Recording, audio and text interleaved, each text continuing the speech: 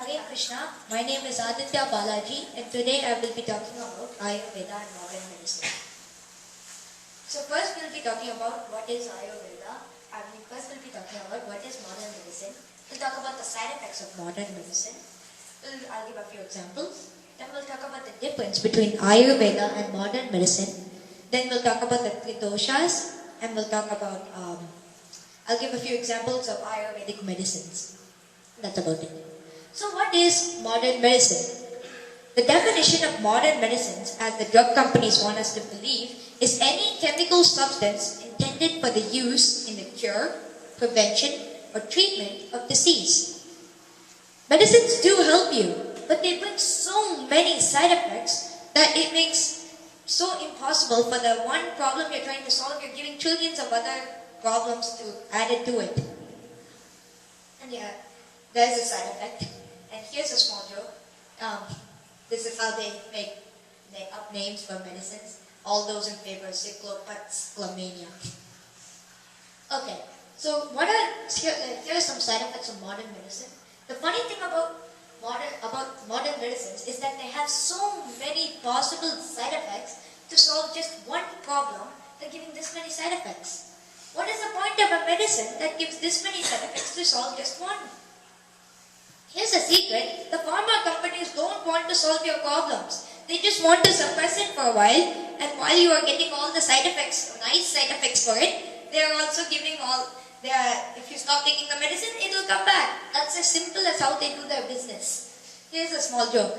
The pharmacist is talking to the customer. Don't worry about the side effects. You already suffer from all the side effects caused by this medication. Here's another joke. The doctor is talking to the patient. Listen, when the side effects of this medication kick in, you'll forget what was wrong in the first place. Okay, here's a small ad for a medication or drug, and here's a small trick to watching these ads. Since I have type 2 diabetes, I try to do what my doctor says. But her blood sugar is still too high. I exercise whenever I can, but his number still won't come down. I try to watch what I eat. But her blood sugar is still not under control. Even though you diet, exercise, and take your medicine, managing type 2 diabetes can be hard. Adding Avandia can help. Avandia lowers blood sugar. It works differently than other diabetes medicines by helping your body use its own natural insulin better. And Avandia can help maintain blood sugar control. Avandia may cause fluid retention or swelling, which can make some heart problems worse or lead to heart failure. Avandia is not right for everyone. Talk to your doctor if you have heart failure or liver problems. Blood tests should be used to check for liver problems before starting and while taking Avandia. Avandia may cause weight gain. It may cause low blood sugar when taken with other diabetes medicines and may increase your risk of pregnancy. I got my blood sugar under control. You really did. Did adding Avandia help you? Of course. Okay, here are the facts for Avandia. Its release date was 1999 to treat type 2 diabetes. What it is supposed to do? Quote, it simply, combined with diet, exercise, can improve blood sugar control for adults with type 2 diabetes. End quote. Label advertising. Okay, Avandia is now banned across the across Europe. It is only severely restricted here. I wonder why. One of the studies showed that 47,000 people who took Avandia had heart failure, stroke, or died. GSK, GlaxoSmithKline, the producer of Avandia, knew about its severe problems as early as 2001, but said nothing about it and accepted nothing said about it till 2009. Studies show that tulsi, ginger, turmeric, and cinnamon are all effective ways on helping relieve diabetes. Here's a small example of how these big drug companies push away good medicines that actually work. My example is called Eliotin. It's a herbal medicine that was developed by the University of Calgary. This guy named Kevin Trudeau was selling it to people, and he's a herbalist. He talks about the side effects of modern medicine and how they're bad, and he gives herbal remedies for many illnesses. And so he was telling people how good it is. And the University of Calgary started getting calls soon. Did you develop this medicine? Oh yes, we did. Did you develop this medicine? Oh yes, we did. Many calls came. Then 4 weeks later, suddenly something changed. They started saying, well, we did not develop this medicine. Kevin Trudeau is lying. And after that, he had all the papers, everything that showed that they developed the medicine. You know what was funny that week? The University of Calgary got a big medical grant from some large drug company. I think that fills in all the details.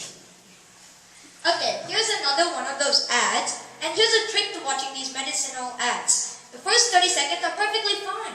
They tell you about how great the medicine is and how well it works, but the last 30 seconds are the most important part of this drug. It tells all the side effects. Let's watch. But they'll put a music also so that you don't hear. I don't want to build a skyscraper. I don't want to bench press 250. You couldn't pay me to be 14 again, though 30 was good. All I want is to hang out with my guys. Vioxx is here, a prescription medicine for the most common type of arthritis pain, osteoarthritis. One little pill, taken just once a day, can provide 24-hour relief. People with allergic reactions such as asthma to aspirin or other arthritis medicines should not take Vioxx. In rare cases, serious stomach problems such as bleeding can occur without warning. Tell your doctor if you have liver or kidney problems. For more information, ask your doctor or pharmacist about once daily Vioxx for the relief of osteoarthritis pain, and you may be able to plan your day around your life instead of your pain. Vioxx for everyday victories. Okay, now let's hear the facts about Vioxx. Vioxx was released on May 20th, 1999 to treat osteoarthritis. Okay, what it is supposed to do? Quote, Vioxx is used to reduce pain, inflammation, and stiffness caused by osteoarthritis, rheumatoid arthritis, and certain forms of juvenile rheumatoid arthritis. To manage acute pain in adults, treat migraines, to treat menstrual pain, end quote. Vioxx adds. Vioxx was banned across the USA on September 30th, 2004.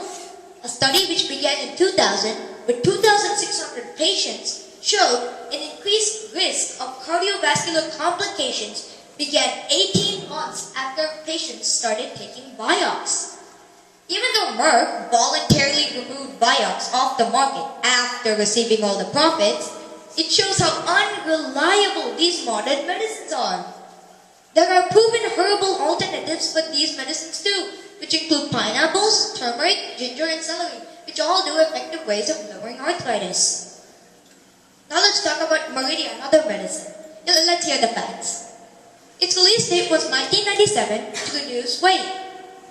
What it is supposed to do? Reduce weight and maintain weight loss. It should be used with a low-calorie diet.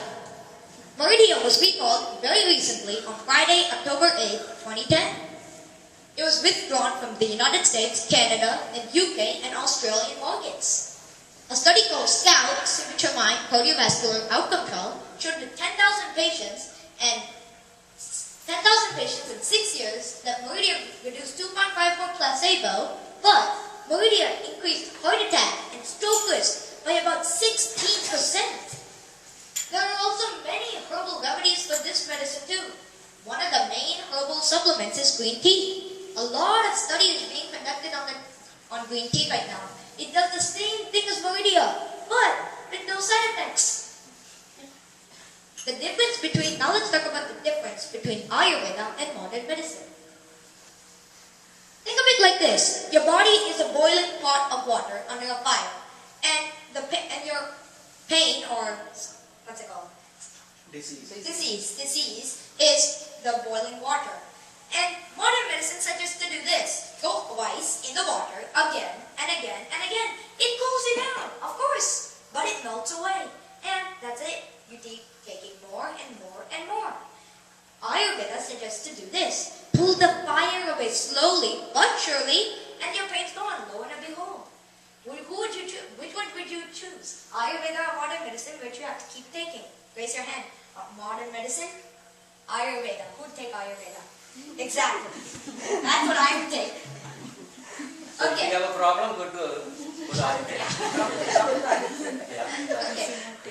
Ayurveda tries to treat the person, but modern medicine tries to treat the disease or the symptom. This is the main thing between Ayurveda and modern medicine.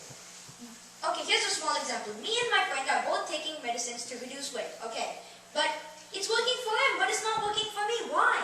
This is why. As scientists say, each person is made up of different stuff. Like each person has a different DNA. So this medicine may work for him perfectly fine, but not for me. That's because each person is made up of a different doshas and all that. And that's why when you go to an Ayurvedic practitioner, he checks you, makes the compound himself, and gives it to you. He doesn't go grab it from the pharmacist and gives it to you. Okay, so what is Ayurveda? Ayurveda is one of the Upavedas and was composed by Lord Brahma himself. He composed 20,000 verses, but by Muslim invasion and British invasion, all of it has all been reduced to only 6,000 verses now. Ayurveda was developed in the Indian subcontinent, as everybody knows. Dhanvantri, the doctor of the Devas, is considered to be the source of Ayurveda in the Hindu scriptures. The word Ayurveda is consisted upon two words, Ayush, meaning longevity, and Veda, meaning science. Ayurvedic healing is practiced as a form of alternative medicine, and it is fine to use it just as a normal medicine as well. Ayurvedic healing is used to balance the doshas when they are unbalanced, which causes a lot of problems, and the doshas are Vata, Pitta, and Kapha. We'll talk about that right now. Okay, what is Vata? Vata has the qualities of space and air. It governs movement in the body, such as the beating of the heart and the movement of the muscles and tissues. A person with Vata predominant will have a quick mind, flexibility, and creativity. When unbalanced, Vata types tend to be fearful, nervous, and anxious. An essential way to keep Vata in control is to have a solid routine, even if it may be hard. It is very essential to keep Vata in control. Now let's talk about Pitta. Pitta has the qualities of fire and water.